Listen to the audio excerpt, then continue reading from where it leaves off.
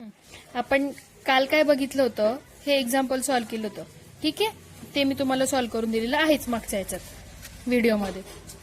आता do you know, you must be knowing about the high and low tides that occur regularly in the sea.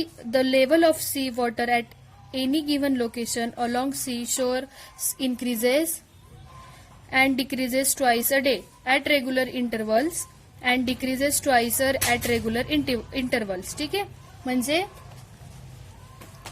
समुद्रात नियमितपणे येणाऱ्या भरती व ओहोटी बद्दल तुम्हाला माहितीच आहे असेल. एका किनाऱ्यावरील समुद्राच्या पाण्याची पातळी दिवसातून नियमित कालावधीने 2 वेळा वाढते व ती कमी होते.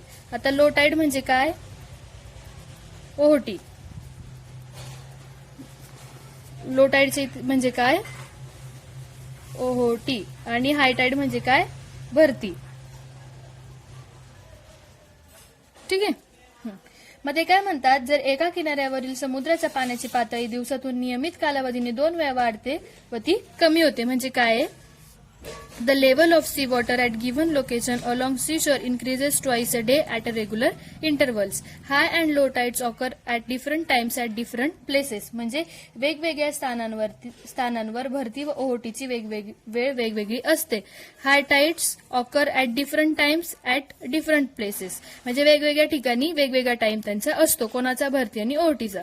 The level of water in the sea changes because of the gravitational force exerted by the moon. म्हणजे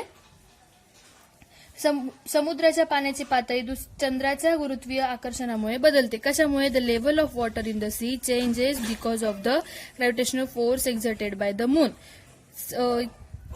समुद्राच्या पाण्याची पातळी कोणामुळे चेंज होते? चंद्राच्या गुरुत्वीय आकर्षणामुळे बदलते.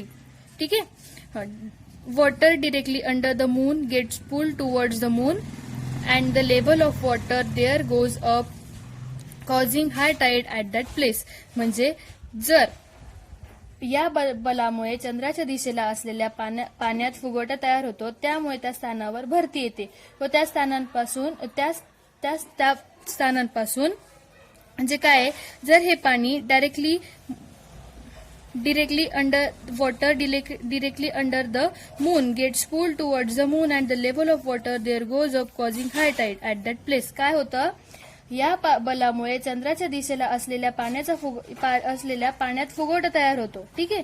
नंतर त्यामुळे तिथे काय निर्माण होतं? भरती येते. काय होते? त्या स्थानावरती भरती येते. मग at 2 places on the earth at 90 degree from the place of high tide the level of water minimum and 2 tides occur. There are shown in figure 1.6. म्हणजे आकृती 1.6 मध्ये दाखवल्याप्रमाणे 90 अंशाचा कोन असलेल्या पृथ्वीवरील ह्या आकृतीत 90 अंशाचा कोन असलेल्या पृथ्वीवरील स्थानांवर पाण्याची पातळी कमी होते व तेथे ओहोटी येते. म्हणजे तुमच्या लक्षात आलं असेल, जिथे पाण्याची पातळी जास्त असते तिथे काय होते? भरती येते. आणि जिथे पाण्याची पातळी कमी असते तिथे काय असते? ओहोटी येते. ठीक आहे. आता पुढे बघू. पुढे काय आहे? अर्थ ग्रॅव्हिटेशनल फोर्स. ठीक आहे. अर्थ ग्रॅव्हिटेशनल फोर्स म्हणजे पृथ्वीचे गुरुत्वीय बल. Will the velocity of stone thrown vertically upward remain constant or will it change with time? म्हणजे ते काय म्हणतात? क्षितिज लंब दिशेत सरळ वर फेकलेल्या दगडाचा वेग एक समान असेल की तो कालानुसार बदलेल? काय वाटतं तुम्हाला? नाही. Not constant. It will change with the time. समजलं? हे इथे आन्सर लिहिलंय, ते लिहून घ्यायचं ह्या क्वेश्चनचं. How will it change? तो कसा बदलेल? Why doesn't the stone move up all the time? म्हणजे थोड्या उंचीवर जाऊन तो परत खाली का पडतो? Why does it fall down after reaching a certain height? का पडतो तो? नंतर what does its maximum height depend on? म्हणजे कशा प्रकारे बदलेल? तो दगड सतत वर का जात नाही? थोड्या उंचीवर जाऊन तो परत खाली का पडतो? त्याची कमाल उंची कशावर अवलंबून असते? तर it depend on the force. कशावरती अवलंबून असते त्याची height? Depend on the force. ठीक आहे. The earth attracts every object near it towards itself because of the gravitational force. आपल्याला माहितीच, आपण शिकलोय, पृथ्वी तिच्या जवळील सर्व वस्तूंना गुरुत्वीय बलाने स्वतःकडे आकर्षित करते. करते. काय? The earth attracts every object near it towards itself because of the gravitational force. The centre of mass of the earth is situated at the centre, so gravitational force on any object due to the earth is always directed towards the centre of the earth. हे पण आपण शिकलेलो आहोतच अगोदर. काय?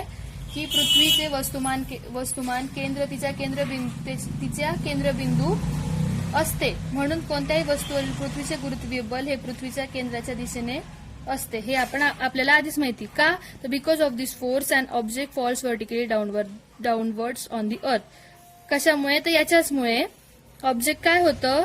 Vertically downward असतं, म्हणजे खाली पडतं, वरती जात नाही. ठीक आहे. इथे एवढ्या याच्यात प्रश्न विचारला जाऊ शकतो की का ऑब्जेक्ट हे व्हर्टिकली डाऊनवर्डच फॉल होते. समजलं? मग similarly when we throw a stone vertically upwards this force tries to pull it down and reduce its velocity.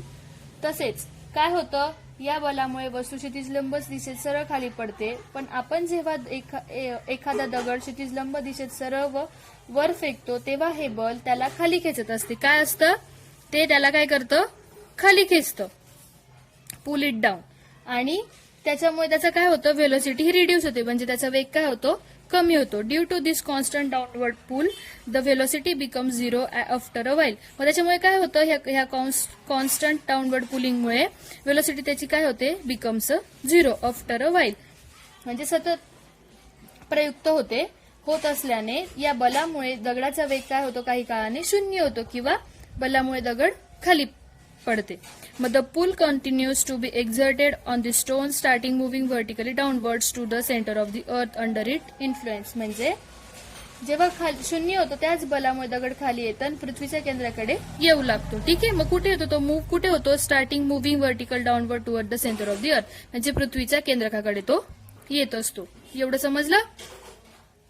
ठीक आहे. आता हे बघा, हे तुम्हाला सॉल्व एक्झाम्पल दिलेले आहेत. Calculate the gravitational force due to the earth on Mahendra in the earlier example. आपण अगोदरच्या मागील उदाहरणात काय कॅल्क्युलेट केलं होतं? काय काढलं होतं? महेंद्र व पृथ्वीच्या गुरुत्वीय बलाचे परिमाण. मग काय होतं त्याच्यात? M1 मास ऑफ द अर्थ काय आहे? पृथ्वीचे वस्तुमान काय? M1 6 × 10⁻24 kg. Radius of the अर्थ R काय आहे? त्रिज्या काय आहे पृथ्वीची? 6.4 × 10⁻6 मीटर. आणि महेंद्रचं मास काय होतं? M2 इथे दिलेलं होतं मागच्या गणितात 75 kg, म्हणजे 75 किलोग्रॅम. मग जीची व्हॅल्यू आपल्याला माहिती, किंमत माहिती आहे, ती काय आहे? 6.67 × 10⁻11 newton metre square per kg square. ठीक आहे. मग आपण हा लॉ यूज केला होता, फोर्सचा लॉ, आणि gravitational force on Mahendra due to